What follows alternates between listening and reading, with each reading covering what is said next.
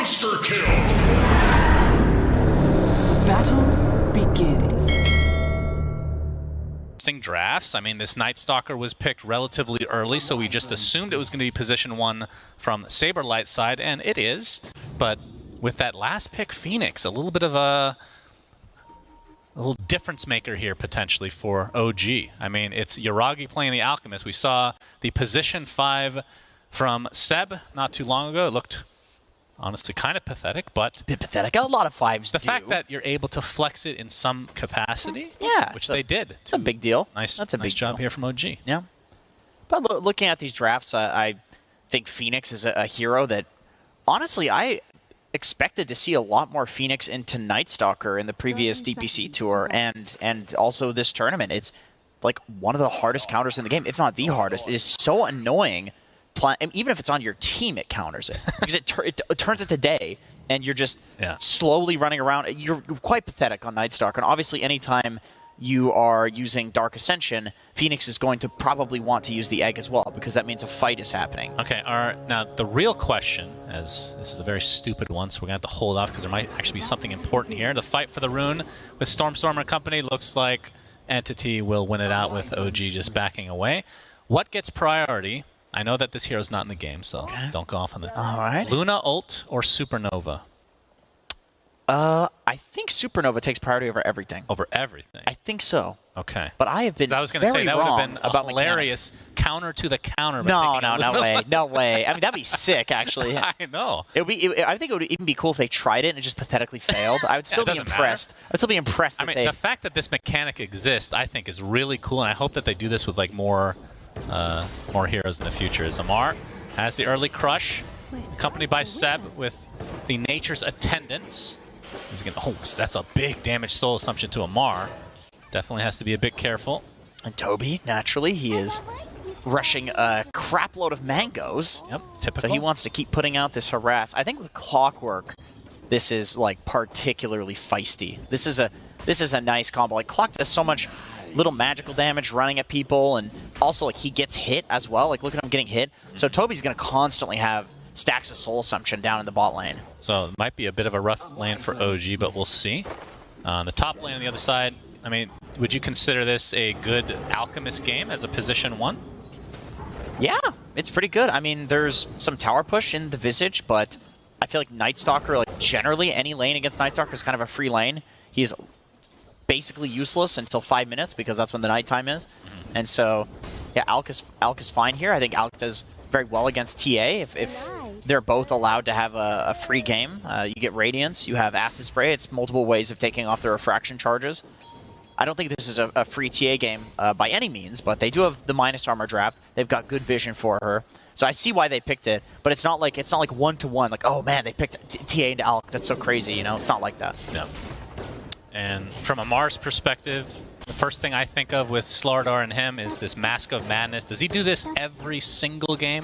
From what I've seen, he does. Okay, and I would forward to it. Yeah, I would expect nothing less. I mean, it's like a farming item on Slardar because of the extra damage that you get to creeps with your bash.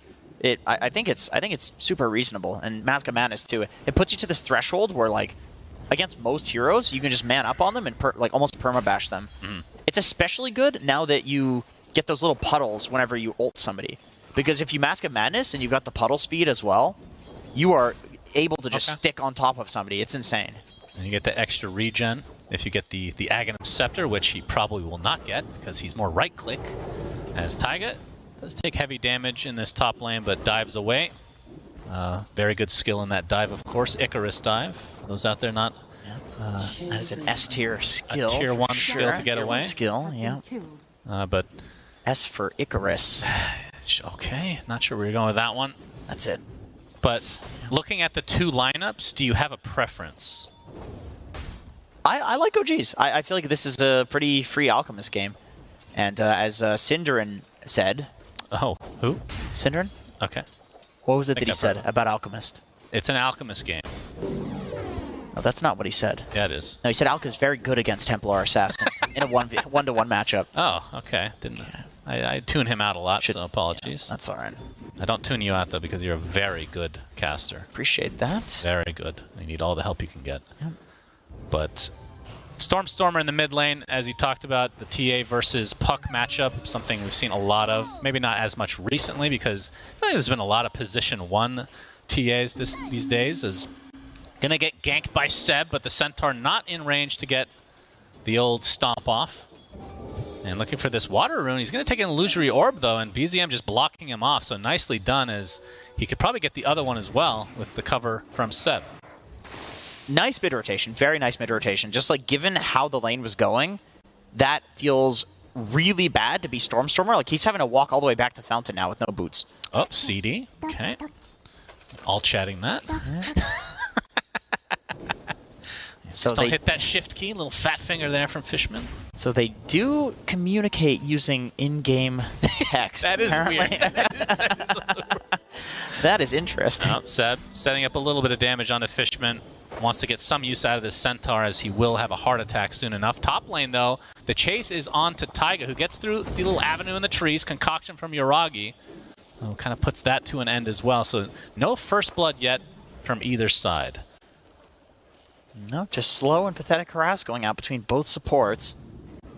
Both are low, and both are trying to block the enemy camps. Yeah. So this is one of those scenarios where you have 2 lanes in the top lane. There's the support lane, which Kataomi is winning because he got the bounty rune. And then the core lane, which is the normal one. And the fact that Saberlight has been essentially playing off lane this series.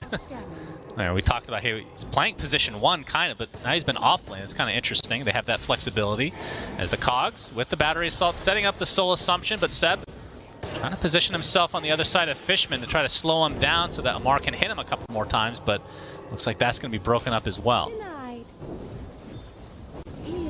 Okay, Seb heals. Yeah, Toby's got a lot of wand charges to work with down here, so a couple of soul assumptions. Fishman? Yeah, Fishman is fine, cogging off that. And OG with a 1k lead, but that is likely just the Alchemist effect. As he has Concoction, it will be applied to himself as Saberlight looking for the Courier. He's going to get it in one fell swoop. That's the Chainmail. So no delivery this time for Yuragi. Wasn't going to be a full phase boots, as he's going to get chased under the tower. Saberlight trying to bait some TPs, but obviously doesn't have any more ammunition. So neither does Yuragi, though. There's no regen on either of these 2 supports. Taiga's not even sending it out. He's sending out a smoke. So, and in his stash, he has a Tango. I think his Courier is going back. Because, yeah, this is a very awkward lane state for OG. They're not going to be farming this for the next few minutes. Taiga with another dive. Ended up netting himself the creep there. As Yuragi, yeah, he's got some nice stacks. Mud Golems are one of Alchemist's favorites to see. The one hero in the game that likes getting Mud Golems. Well, I would say Chen, especially based on Game 1's performance from Fishman. Yeah. They were quite good. Let's, Fishman makes every creep look good, all right? Every creep? Yeah. I don't know, the baby Centaur looked pretty pathetic. The Kobold, too. The Kobold always looks pathetic. That's true. Nice Chalice idiot. But he does die with the Chalice held up high, so you have to have respect for my boy. There's Kataomi with the Arctic Burn. He's going to get Waning Rifted, but obviously with the terrain walking, BZM finds a Courier. Now that he has that haste, he feels very comfortable just doing whatever the hell he wants. It's just Couriers dying this game. There are no hero deaths so far, and a 1k gold lead for OG. Yep. Kataomi puts that healing salve to an end as Taiga getting pursued by Saberlight, but again, dive is up. They have a lot of getaway from both sides, apparently. But Yuragi's level 6 now. He's going to be happy with this farm. It's going to be a straight Radiance right after these phase boots, so see how fast he can get it. I would say the 12-13 minute mark is what you usually try to go for, or try to hit, in terms of your goals from an Alchemist perspective. Fishman. There's the Mud Golem, this time from Seb, so a little bit of retribution for Game 1. But Fishman will survive, as the hits are quite pathetic, as you brought up earlier. Yeah. Now Seb is just jungling, which we've seen from a lot of these creep-type heroes. Oh, now Kataomi forced to take that regen, but yeah, BZM already expending the Illusory Orb, gets off the phase shift and the Fairy Fire, and that's going to be enough to survive. I thought for sure he was going to go down, and still no first blood. Oh, the rocket flare, oh, too. That would have been so funny. Just off. Yeah, because he did tip as well. He tipped. He tipped ahead of time. Yeah, he tipped ahead of time. Oh, boy. So that could have been very bad. But no, I think Entity were a little afraid of TPs coming in there. Because otherwise, like, you know, surely they clicked them and saw the Fairy Fire. Maybe they didn't. Maybe that was just not one of those situations. Yep, Stormstormer did get a lot of damage onto that tier 1 mid, so despite this slow pace, he's farming exceptionally well right now. Tops in the CS department. Yep, he's the biggest of boys right now. Well, it is TA, and that's a woman, so not so much. Biggest of ladies, I guess. With all that, I'm sure we could get some great lore after this game from Slacks. Where are you going with this? I'm just going to pretend I didn't say anything. We'll just continue on with the cast. There's a TP out from Seb. And again, no kill, but Crush, Amar forcing a TP. Fishman, it's a level 4 Clockwork, so he's not really going to do much. And BZM gets a Waning Rift to get to that low ground. This could be first blood. Trap is there, Illusory Orb. Stormstormer trying to pursue. And even the Rocket Flare missing again, but look at this. It's scouting out Yuragi, who is getting nice, big, and juicy here. Kataomi gets off a pretty good Splinter's Blast, taking a couple creeps for himself and leeching some of the XP, but Saberlight is the one that draws first blood, so Taiga ends up dropping. I thought that was not going to happen considering the consistent Icarus diving he's been having there. Kataomi going to be ignored by Yuragi, who is trying to stack. He's trying to stack right in front of the support. That's so funny. Oh, BZM. Kind of in a terrible spot here. A The nice side job blades. from Stormstormer, getting that nice angle on the creep, so that's going to be the first death for BZM, and Entity off to a 2-0 lead. And Amar takes the rune. He actually heads mid and does some rune control as an off-lane Slardar. Okay. That's a good boy. Yeah, he doesn't want to lane against a Visage at level 6, which I think makes sense. I feel like even a Slardar with the laning prowess that he has, maybe this is one of the few heroes that, like, yeah, sure you can kill a Visage, but I don't know if you can lane against him. That sounds rough. And Stormstormer out farming an Alchemist. Obviously, he hasn't really truly gotten online, but that's still pretty impressive, considering that the free farm has essentially been there for majority of this game for Yuragi. And he's a lot of stacks as well. Okay, he goes for the Blink. I was wondering what he was going to go for. He had queued up the Deso and the Blink. The Blink means he can actually have a fast timing and play with his team and contest the Alchemist in his own jungle, and I think that's definitely the play. As Yuragi getting harassed a bit, but nah, he's fine. Yeah, Saberlight was thinking about popping the Dark Ascension, but not this time, as Seb getting slowed to a crawl, and Stormstormer with one Meld Strike brings that Bambi to an end. Should be the tower, though. Catapult's still there. Catapult's still hitting it, but they should be able to get the deny at the very least, but either way, OG have to have that tower out of the way. Both sides have good Roche heroes, so I feel like getting the mid tower is incredibly important. Although, with that being said, that's going to go both ways. Stormstormer almost got the mid tower as well. It's 50% HP, so it's not like it's, you know, yeah, it's the only worst a matter situation. of time. Yep. And Saberlight, how long are we till this next nighttime? Looks like another 3.5 minutes. He hasn't really been too active this time, but does have one kill. And based on the last game, this is an enormous improvement. Obviously, he was dying a lot, as he's going to pop that ult in that top lane with the Crippling Fear, but just a simple TP away since the Void has already been expended. That's the one stun that he has at his disposal. But we'll just auto-attack these creeps and at least get some damage on the tier 1. We'll see if OG want to try to defend, because this is a lot of damage coming from Saberlight in that ult form. I think without Taiga sitting in the tower and holding it, this is a little awkward of a defense, which is probably why he pressed the ult to go in there. Like, obviously if you can kill Taiga there, it's fantastic. Hook shot, Fishman's level 6 now. Cogs back into the arms of Stormstormer, but Seb, he also has his ult, so the right clicks won't come too quickly, as he is truly untouchable. Level 1 heal, and he's still this tanky. He's actually got level 2 pointed impetus. So he's playing the 4 Enchantress this game, really. Yeah, going the Dragonlance, so it's going to hurt quite a bit with the impetus. Saberlight back in the jungle, so relatively slow pace from everybody. I mean, typically with, I guess this next nighttime, I would assume is when Night Stalker really wants to try to get something going, other than the farm.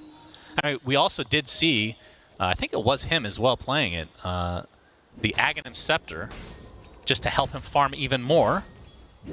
I'm not sure if we're going to see it this time around, but it looks like he has the Shard queued up.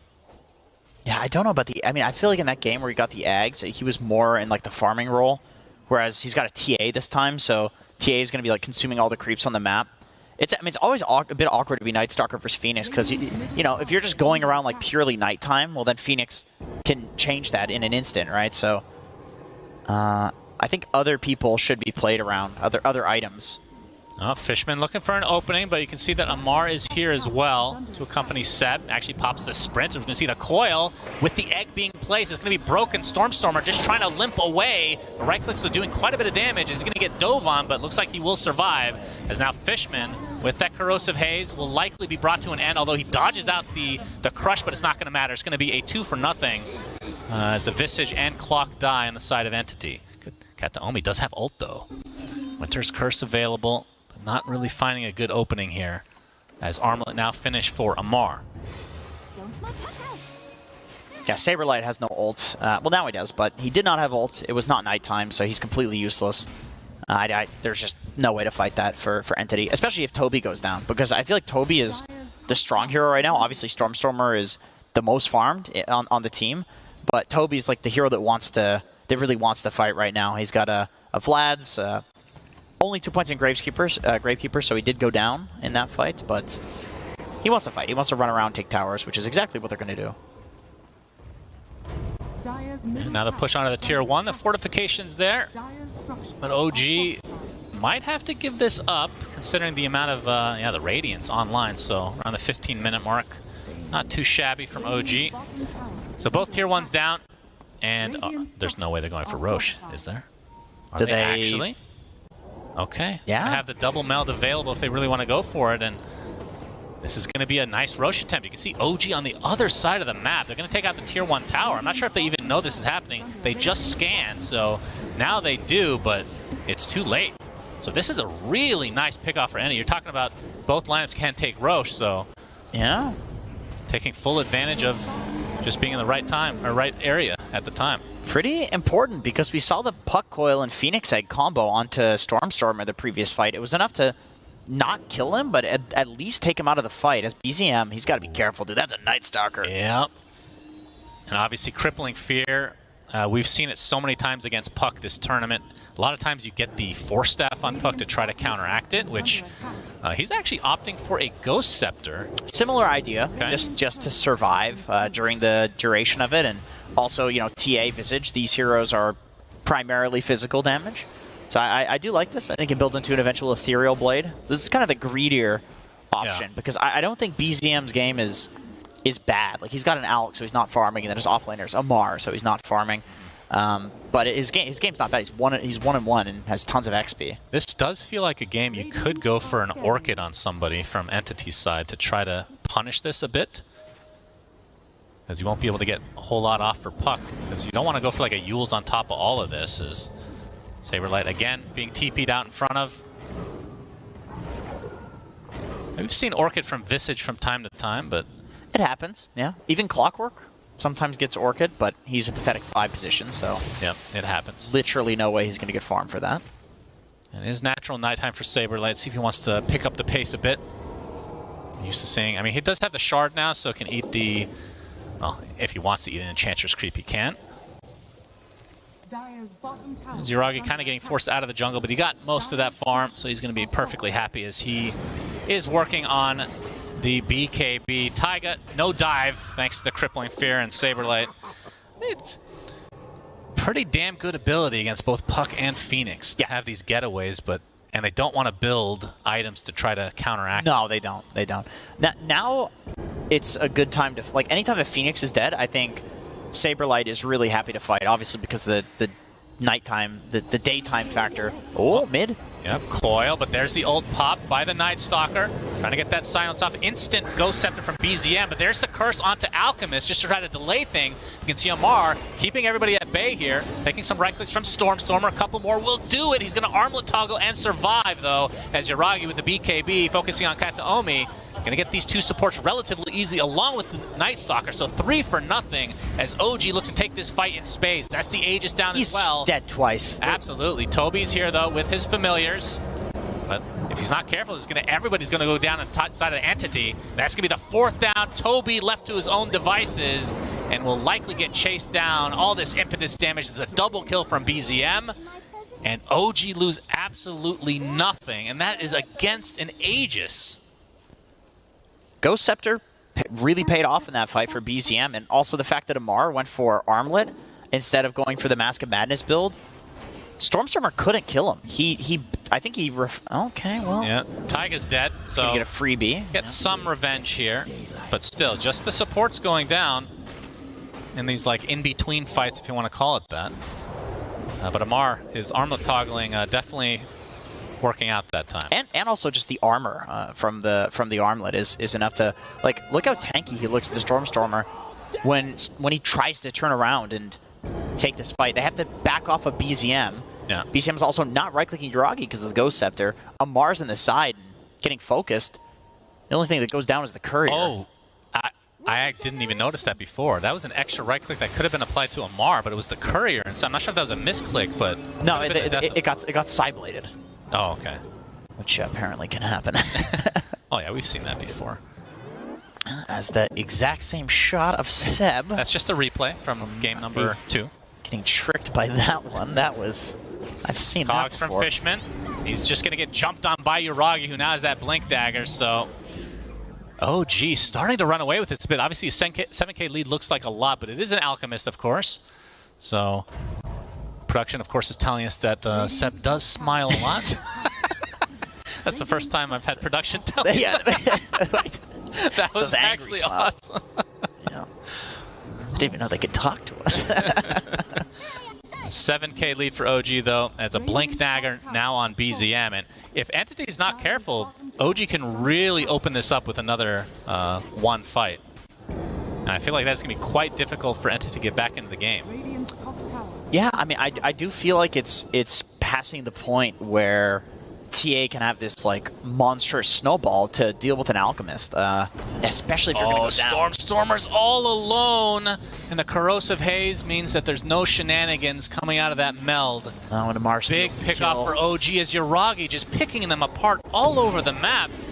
And then the Crippling Fear, but he's going to break the coil and just die to the Illusory Orb. And a little bit late on the Winter's Curse, and this is another punish from OG. 3 dead, and barely any damage done to OG's side. Concoction coming for Fishman. It'll be on. Does he get the bounty? He gets the bounty too? Okay, all right, Fishman. We see you. Oh, yeah, okay. That's my boy right there.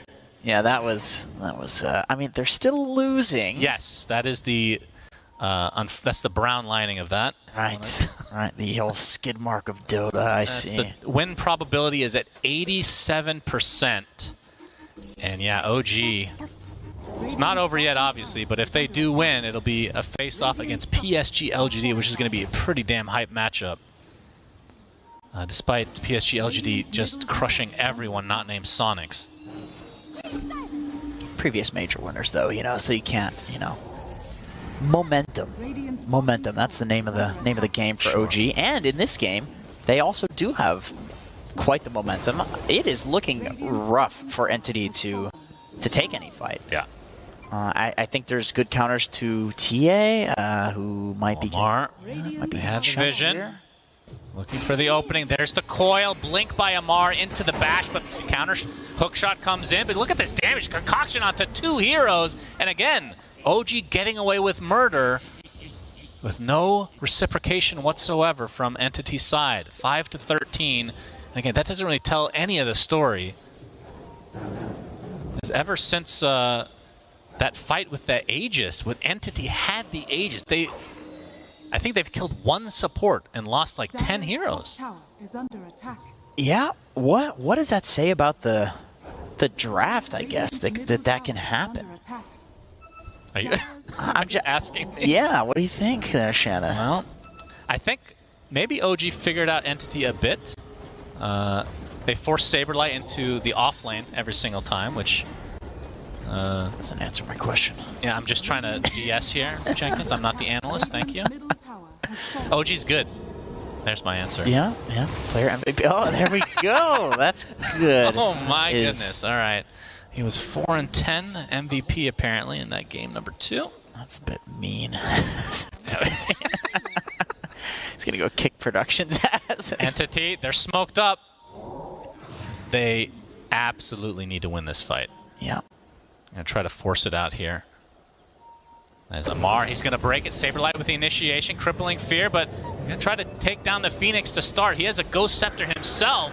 Just the itemization coming out from OG has been masterful, and there's the Winter's Curse turning into a kill onto BZM. Double kill, okay. So a nice pick off here for Entity, as they're gonna try to continue on now. Focuses on Yuragi, has that BKB though with the concoction to follow. Fishman getting saved on the outskirts of this fight, and Yuragi, he has to be careful. The BKB is now ending. They don't have enough damage to finish him off quite yet because Amar's the one that jumps in. He's going to get decimated. So a 3 for 2 as the Visage is fallen. And that's the buyback from the Phoenix on OG's side. So really good fight from Entity, and they need a few more of those to get back in this game. Kataomi, I mean, this guy is so good at Winter Wyvern. It's insane. Like, this is not an easy game. The curse on a puck, that's the perfect target. He's hitting the saves as well. Yeah, I mean, another Wraith Band in his inventory, of course. That's what you need. It's a classic build. Also, in that fight, Yuragi did not have Chemical Rage. So, at the start, he used the BKB, and then the Chemical Rage comes up after, but it wasn't at the same time. So it's a bit awkward, so we can't really man-fight versus Stormstormer without that ability. It's... Yeah, OG, they need to have their spells ready. They need to have good positioning. Like, Entity is not gonna roll over in this game. Yeah, no, especially no with this doubt. Wyvern. I mean, this is for the upper bracket to continue, right? Like, if you lose this game for either side, you still have another life. You lose your heart, though. Yeah, I mean, that'll be a kick for sure, because... Who's getting kicked? A kick in the balls is what I meant, more than anything. And Amar has really big ones from what I've heard. Based on how he's played, I think I do believe it. The rumor is probably true. OG with the 4-man smoke now. And likely to go into the Entity Triangle. That's Stormstormer. And we now have AC online for Yuragi. And the smoke is going to break. Stormstormer TPing out. We'll be fine. They get the ward up a little late, and they think for sure he's here, but we can see, obviously, that he is long gone. Good attempt from OG. And next rush is going to be up in 40 seconds. And like you said, they can take it extremely fast thanks to the Slardar. So really the question is, do they even need a pickoff? Like, how good is the pit fight from Entity? You have the Curse, you have the hookshot initiation. Not too shabby. I don't think they need a pickoff, because I feel like if Entity leaves the base, I mean, they've got to get some insane jump in order to win the fight. Yeah. And they're trying, but I don't know how much they can hold this area just with the birds. They don't have a ward on the high ground. Yep, Roche coming back very shortly. Neither team has a ward on the high ground. Entity do have vision there thanks to the traps. There's a concoction coming off, but he can't use it on Toby because he's Stone. And that doesn't work against Stone, apparently. Fishman gets off the cogs, and there's a jump in from Stormstormer. Trying to take out Amar. He's already at half HP as the buyback onto the Wyvern already comes to fruition. But look at the damage coming from Seb with these impetuses on the side. Double kill for him. He's just cleaning through everybody. And now BZM with a double kill for himself as well, as 4 are dead. That's a dieback onto the Wyvern. And OG only lose 1, and it's Amar. And Seb pretty much out of mana, but the concoction is coming as Toby will go down again. Triple kill, and that is looking real bad. That's 2 diebacks from Entity, and now Roche should be a clean one for OG. Seb almost has more net worth than the enemy carry Night Stalker, and he does have more net worth than Amar, who we've talked about. Very greedy boy. But and yet Seb is more farmed, obviously getting a triple kill in that fight. Look at the build on Amar. This is not a typical one at all. Looks like Saberlight's fine, but I mean he went for, not typical for him. Yeah, for him. This is a normal-ish build. Maybe the armlet not all the time, but you're gonna see a replay here. But maybe it has something to do with Seb being in the comms. Like, nah, maybe don't go for that Mask of Madness this time, young lad. It's worked out. This almost was a really good setup by Entity, but Yuragi just barely not getting chain stun, so he gets his BKB and his ult off. Yeah. Oh, the hook shot from Fishman to try to counteract. He's gonna... Oh, the snatch is actually from Yuragi, so technically Entity gets the Roche kill. Doesn't matter that much, although we'll see who got the shard. Let's see if we can find that shard there. Smiley face. Amar gave him the The all European smiley. Yeah, the one with... Where you do the, it's just parentheses. Right, of course. It's a classic. It's a passive-aggressive one. It was a good attempt, but ends up not resulting in too much. I'm actually not sure who got the shard, but TA has a shard now. Taiga got it. He didn't have one before? Usually you buy one. Well, he picked it up. I don't know who he gave it to. Oh, okay. Gotcha. Yep, Yuragi looking to try and finish this game with the Aegis advantage now on the side of OG and a 20k lead. As okay, gets a nice curse off, looking for the Phoenix kill. But the taunt, okay. Taiga will live. Ghost Scepter actually lets him separate from the pack. Now the rest of OG could just be taking this out. That was a nice E-Blade. That's what I missed there, as BZM keeping his teammate alive. I think that's why he got the Ghost Scepter, so he could eventually build into something that's... Okay, counteracts the curse. Yeah, that saves his team. As Yuragi BKBs. Yep. That is a questionable choice for sure. But one set of racks in favor of OG now. Was that a BM BKB? It might be. It's very possible. He's going to take a Melt Strike. Yuragi getting quite low. Arctic Burn to follow, but there. Getting healed up a bit, but the instant silence from Saberlight, who jumps in with a crippling fear, has the Nullifier as well, it looks like. So down goes the Phoenix, along with the Aegis. And nice attempted save at Saberlight. He's going to take so much damage from Seb once he's able to actually click on him. Stormstormer with the BKB, trying to take out the Alchemist. He's going to get him. He's dead. What BKB, along with that Cold Embrace, as we have a buyback on the Alchemist, so it looks like OG want to try to finish this, as Stormstormer will be dead with no buyback. So 3 done. And Seb is, I wonder how much damage he has done this game with these impetuses, because they are absolutely shredding Entity. Toby in the stone form, but it's going to get saved by Kataomi as well. But you can see Impetus with the Waning Rift, they can just burst right through it. So OG look like they're going to go on to face PSG LGD in this second series. That's it. In the playoffs. GGs are called. Nicely played from OG. Curious to see the damage numbers in this game. I feel like as the game does indeed get paused here. Yep, that's typical. Yeah. Yeah, Seb, I mean, they just, like, Taiga and Seb just swapped positions that game.